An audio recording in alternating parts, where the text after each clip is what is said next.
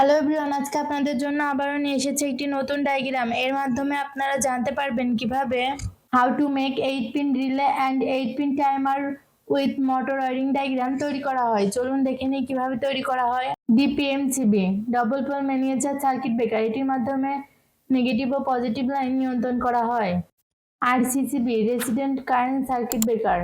NC switch normally close, NO switch normally open.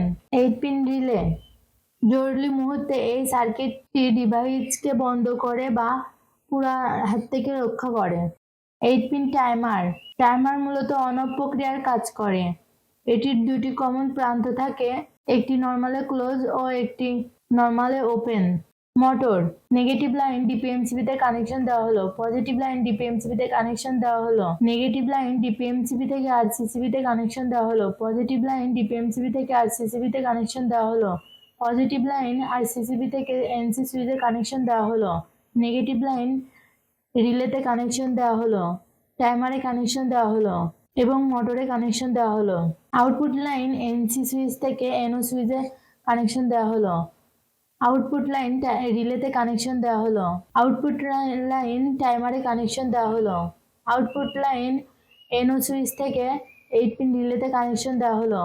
Output line টাইমারে connection দেওয়া হলো।